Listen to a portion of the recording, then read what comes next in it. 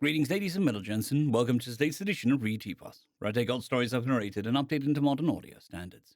This particular story is called Economic Considerations, written by Darren Adala. Prince Kaza had been surprised to see any fortifications at all along the cliffs facing the sea, but he took comfort in the knowledge that his enemies had, at least, made some fairly large mistakes. One of those mistakes had been to put the traitor's prison right at the edge of such an isolated wall, presumably to keep his spies out of the way, even if they should escape, and while using them as an elven shield against naval attack. Had it been a severe underestimation? His spies' fate bonds had shone like a beacon, indicating the exact location of the prison, so he merely bombarded the wall with his cannons and fished the survivors from the ocean after the fact. Such as the one who now knelt, shivering on his deck. The fate bond on the spy's throat, symbol, a vow of loyalty he'd taken to Prince Kaza 20 years ago, was invisible to everybody else, but burned clear and strong in Kaza's vision. If it had dulled with doubt or disloyalty during the long campaign, there was no way the Kaza would have allowed the spy in the room with him without his guards. But as it was, he dismissed them to their posts and sent for food, blanket, and medical attention. "Your name?" he asked. "Aldario Etgensi, of Princess Josiah, of Prince Kaza. I take no offense to you so naturally inhabiting the role that you have been given," Kaza said, waving a hand dismissively. "I am less interested in formalities than I am in learning what exactly has been happening here. I placed each of you in a place 20 years ago for a very specific purpose. Do you remember what that purpose was, Aldario?" "To foment trouble between our other two contenders for the island, so that they would be weakened and surprised when you opened the borders to take the island, my prince. And this ocean should be empty of defenses, as they do not know of your method of killing mermaids, and nobody would be crazy enough to mount a naval assault in mermaid-infested waters when there is a perfectly good mountain border to attack through, my prince." "Then would you care to explain to me, perhaps, why my fleet has arrived experiencing a nicely softened Princess Josiah and Prince Aniska with a wide, unguarded coast, and what we have found is instead an entirely watched and partly fortified coast with nowhere to land our boats out of range of enemy fire? From the brightness of your mark, I don't think you broke under questioning. So who exactly tipped them off? And are they still alive, that I might kill them myself?" "It's a complicated story, my prince." "Well," Prince Kaza said, inspecting his nails, "we will not be ready to mount ourselves for several hours. Perhaps you should start explaining." A sailor bustled in with a skin of hot soup and a blanket, both of which were given to Aldario, who tipped his head gratefully, without daring so much to glance at Kaza. The sailor departed as quickly as he could. "Well, it comes down to the humans." "Humans?" Kaza squinted. He vaguely recalled the species from when he traveled the island a little more freely, sowing the seeds of his conquest himself, before he had a proper excuse to close his borders and let his agents work to continue the war in his stead. "Short, squishy people. Look sort of like us, very short lives." "Yes, my prince." "They held only a small patch of farmland, very little in the way of military resources or aptitude. So you mean to tell me that they somehow took over the southern half of the island in 20 short years and fortified it against naval attacks, despite the fact that they should never expect a navy in these waters?" "Well, no, not quite." "Then explain further." That small patch of farmland you refer to, it's a long, thin territory that stretches between Princess Josiah and Prince Aniska's territories. It takes up 2/3 of their shared border, forcing them up north near the mountains that border our own land in order to fight each other without moving through it." "I am aware of that. My own island. They would have been annihilated in the fighting between the elven kingdoms." "Yeah, the humans thought so too, so When Josiah's troops moved against them, they immediately petitioned Aniska for help, promising alliance and food donations that would feed Aniska's troops while they moved through human lands, on the condition that the fields and towns not be damaged. They attempted to protect themselves by turning their own lands into a defended wall for Aniska. He would be far too suspicious of a trap to accept such a deal. He was. He asked for the crown prince as a hostage, and they handed her over immediately. Their own heir? He could have slaughtered her. Apparently she volunteered, and they had a son, their second in line in case of such accidents. The treaty was to last for 5 years. So for 5 years, Aniska's border was effectively moved further forward and very well supplied, forcing most of the fighting up to the northern part. For a simple price of having a human spy in Aniska's court. A clever move on their part, I suppose. How did the human princess topple Aniska's kingdom? She overhauled the tax system, my prince. Kaza blinked. Repeat that? She, overhauled the tax system. Humans, they have an innate drive to perform hard work almost constantly, whether or not there is glory or power to be had. The absence has been a strong negative effect on their mood, boredom they call it, and, if deprived, they'll invent new forms of work to do, special types of training called sports, hobbies, and competitions, or they'll take on some task that needs doing and nobody has found the time for yet. The princess was sequestered from any of Aniska's secrets, of course. Within days, she was insisting that her captors give her something to do. She wanted to work out the supply lines through human territory to minimize the impact to human lands and the resupply costs, since the humans were providing them, and this was to their mutual benefit. So they allowed her to help. Apparently, she noticed a lot of unnecessary complexity in Aniska's labyrinthian taxation system, had some of his scholars educate her on the mathematical systems involved, and overhauled them, saving Aniska's kingdom some money and quite a lot of labor in tax collection. She was not allowed to contact her own people directly, of course, but she was eventually able to convince some scholars to send enough information to her family that their own system could be adjusted to bring the two into line and ensure easy trade.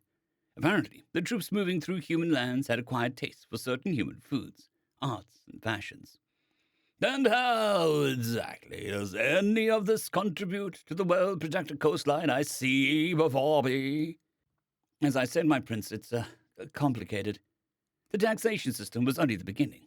The princess really started to gain the respect of Aniska's court when she began and headed a project to unify and cement the legal system, and along with her drive to establish a unified education system.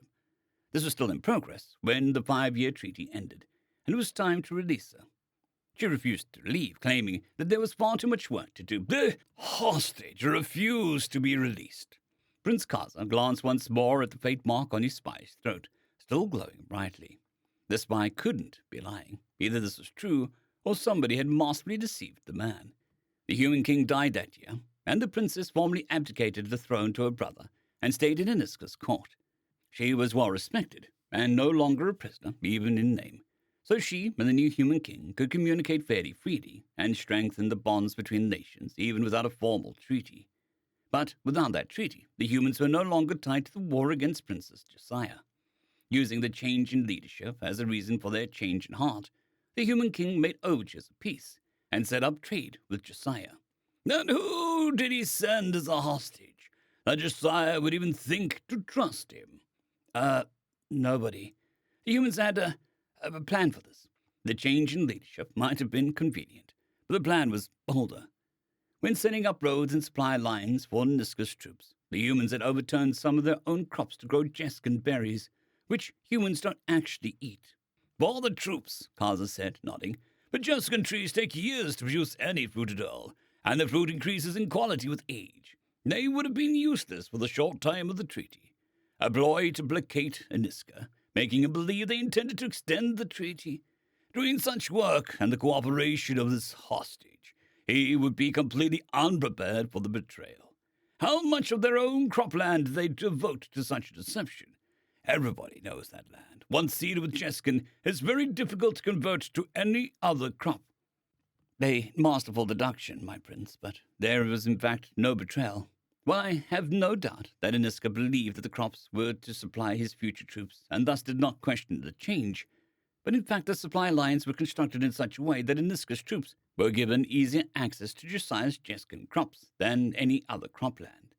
I have no doubt that Aniska's forces thought that this was an excellent luck, as they were able to destroy a rather large chunk of Josiah's Jeskan production, rather than a more general and more easily recoverable agricultural damage.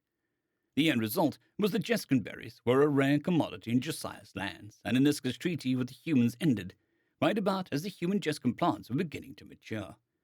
So the king set up trade with Josiah, who blamed Aniska for the destruction of the crops. The humans sold almost all of their stock to Josiah, as the young bitter berries were of little interest to Aniska's people, who still had their own, older crops, and acted as an avenue to move all the berries into Josiah's lands, as well as buying them from Aniska. They feigned fear of her armies and pretended to be tricked into treaties that were extremely advantageous to Josiah's kingdom, and ended up selling such berries significantly below cost, making up the difference with trade revenue and tax savings from the established system with Aniska. So both Aniska and Josiah think they have the humans over a barrel, and the humans are quietly strengthening both sides, even though they are still vulnerable in the middle. Not really strengthening them, my prince. The Jeskan deal was so favorable to Josiah that it collapsed their local Jeskan economy and drove the farmers out of business before their government could react to the price drop. Aniska's humans was, in what I am sure was a coincidence, visiting a family at the time, and her brother sent her as an envoy to Josiah, ostensibly to try and negotiate their way out of the crippling Jeskan deal. What she did instead was help Josiah's scholars to tidy up their economy and trade systems, so that there was no severe side effects that would starve her population.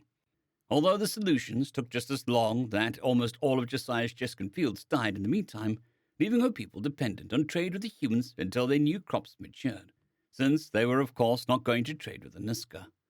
While this trading was underway, humans, art, and food was traded as well, and the traders established networks between Josiah, human, and Aniska kingdoms that were largely independent of their regent affiliations. At this point, it no longer made sense for either army to fight their way through the human lands. Both were feuding a war effort and wanted the rest of their economy to remain as stable as possible. So fighting was largely restricted to the northern third of the border between them, the part that they actually shared. That's a lovely story for the humans, but it still does not explain how they managed to conquer the coast and build all these watchtowers and fortifications in the 10 or so years left on this little story's timeline. The humans didn't conquer the coast, my prince. This is still Elven territory. Then what does this little story have to do with anything at all? Well, things didn't really begin to move until the humans expanded their own territories all the way up to the mountains, completely separating the two nations. Kaza narrowed his eyes, interested despite himself. I presume the humans did not jeopardize their position with a military assault. Who did they extort so heavily with their trade agreements to take such valuable land? I believe that Josiah and Aniska came up with a deal, my prince. Repeat that? Josiah and Aniska drafted agreements to turn over the land. They were not quite ready to sign peace agreements with each other. Every time it seemed like the war would settle, your loyal subjects would find ways to start it again. But we neglected to pay appropriate attention to trade, my prince, and I'm ashamed to say we did not notice until it was too late. The two elven regions did not trust each other, but they trusted the strength of their connections with the humans.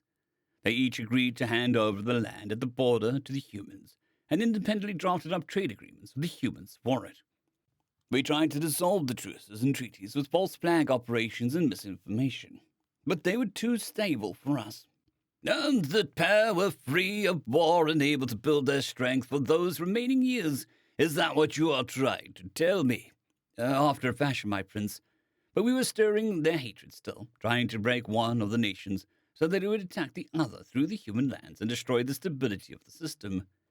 To move around human lands, they would have to march through your closed mountain border, which would have been madness, or Alderiu glanced to the side, where only a couple of layers of wood separated them from the ocean that, until Kaza had secretly dealt with them, had been an uncrossable stew of vicious mermaids. And that's how they noticed that the mermaids were disappearing. Prince Kaza stood, hand going to his sword. Impossible! You lie! The spy cowered back. My prince, I would never. We tested our weapons in the waters. to the north of the island. Not that a mermaid was touched out here until we began moving the fleet through 3 weeks ago. The mermaids talk, apparently, and the humans, well, as you predicted, my prince, the dwarves to the northeast of Josiah's territory refused to sell their metals to either elven faction for fear that they would be killed with their own product. And she would have slaughtered them for the access. She would have, but from early in the conflict, Aniska being allowed to move his troops through human lands had forced her to concentrate her forces on her western side to defend against him. Once everybody's position was relatively stable, the humans moved quickly to establish trade agreements with the dwarves that would forbid dwarven metal being sold to either faction for a decade. They did not want one side to gain arms superior enough to be tempted to destroy the humans, agreements or not, on the way to their enemies. They would have had to travel through Josiah's territory to make these deals with the dwarves. How did she not notice such movement? She did. She sent an escort to guard them and be sure they got there safely. The human king wrote the agreements in tandem with his sister, Aniska's human courtier, you remember, who had a somewhat of a reputation after the improvements she had made to both kingdoms, and was able to convince both sides that this agreement was a good stabilizing factor, like the expansion of human territory. It is possible that our effort in increasing the aggression between the two elven kingdoms may have been used to support these very arguments. The mermaids were quartering the fleets being sent against each other, and the coastal towers and guards that noticed did the rest. But there was a fear that adding dwarven metal to one side would tip the balance, and nobody wanted that to be in the other side's favor. But Josiah was the only one with the board of the dwarves. Certain dwarven products had been turning up in Aniska's territory, showing some sort of smuggling route. And the timing of these products showing up was perfect for the humans pushing this proposal about the metal, I presume? Exactly so, my prince. So your point here is that a tiny human settlement, with no real military, managed to force the entire war we'd spent so much effort brewing between Aniska and Josiah into the ocean, as an exclusively naval conflict, so that it did not only fail to weaken either kingdom as such as we'd hoped, but coincidentally pushed them to guard the very position from which we are to launch our supposedly surprise attack? That's part of it, so yes. Well, at least our enemies do not wield dwarven metals. There is more, Prince. The mermaids. What can the sea of dead mermaids possibly add to our current situation? Well, the dwarves wanted certain materials for their side of the trade agreement that the humans couldn't produce for themselves, but they knew were produced in other human colonies, so they went to parley with the mermaids, in the hopes of establishing safety for their trading ships. Mermaids do not parley, they only kill. This is apparently only the case because they rarely need anything. In this particular instance, the humans had something to trade that they desperately needed. They were losing clanmates to a magical fire that burned through salt water to the north of the island, around our lands, my prince. The mermaids tipped off the other kingdoms. After all of this careful planning, it came down to the mermaids. If they weren't already dead, I'd kill them again. The spy cleared his throat. About that, my prince. What? What is it? Well, as I said, the mermaids did need something from the humans, and from Aniska and Josiah. Out with it! They wanted access to the freshwater rivers. Hazar's eyes widened. Ocean mage fire doesn't burn in fresh water. They reached the same conclusion, it seemed. The guard gates on the rivers were temporarily thrown open and, well, Kaza didn't wait to hear more. He was already storming up to the deck. Any ocean mage fire still on hand. Prepare it. I don't care how little. Get ready any you can find. Prepare to defend the boats. Signal the rest of the fleet. But he knew that there wouldn't be enough, and already the mermaid song was beginning. He spun to face the spy who had followed him up on the deck, wrapped one hand around his throat, and forced him against the ship's railing. Traitor! He snarled.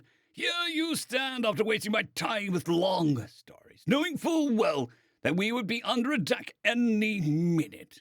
But the man's fate mark still glowed bright, declaring his devotion to Kazar's kingdom.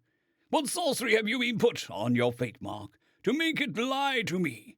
Is this some new trick also made by the humans? Humans cannot do magic, Elder Ryu choked. My mark doesn't lie. I'm as loyal as the day I took my oath. I'm completely loyal to the bone. And I do what I do out of love for our kingdom. Is that so? When the mermaids are close enough to catch you, I'll throw you into the water. You have until then to explain." "I have been explaining. I've been explaining that this war cannot be won. There is a better way, a stronger way. When they imprisoned us in the outer wall, they told us what to tell you when we were rescued.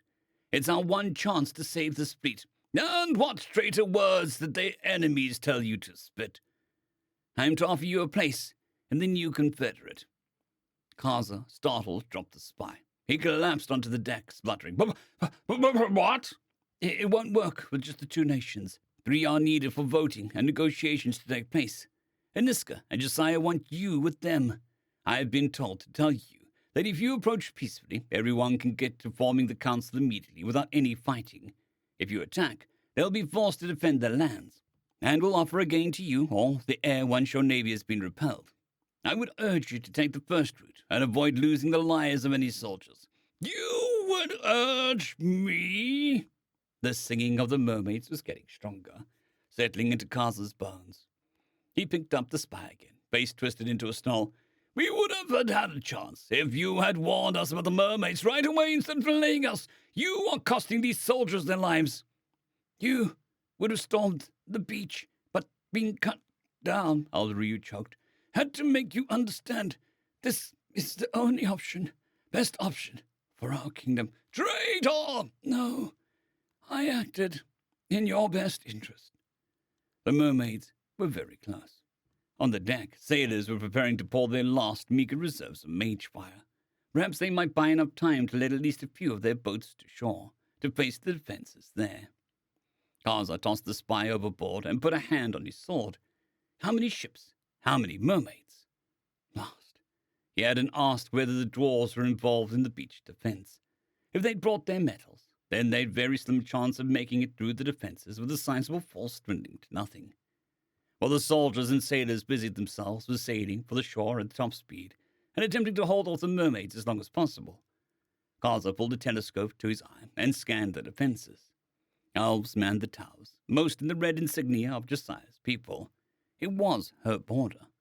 But a quarter of them were in Niska's blue. They really were working together, and they were all staring out at his fleet, watching, waiting. An entire island waiting for his decision, while his perfect plan broke around him because of some random group of primitives who probably hadn't even known who he was until a few months ago. Fuck humans. End of story.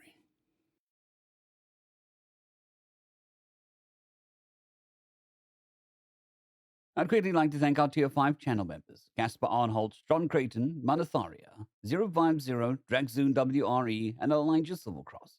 Thank you very much.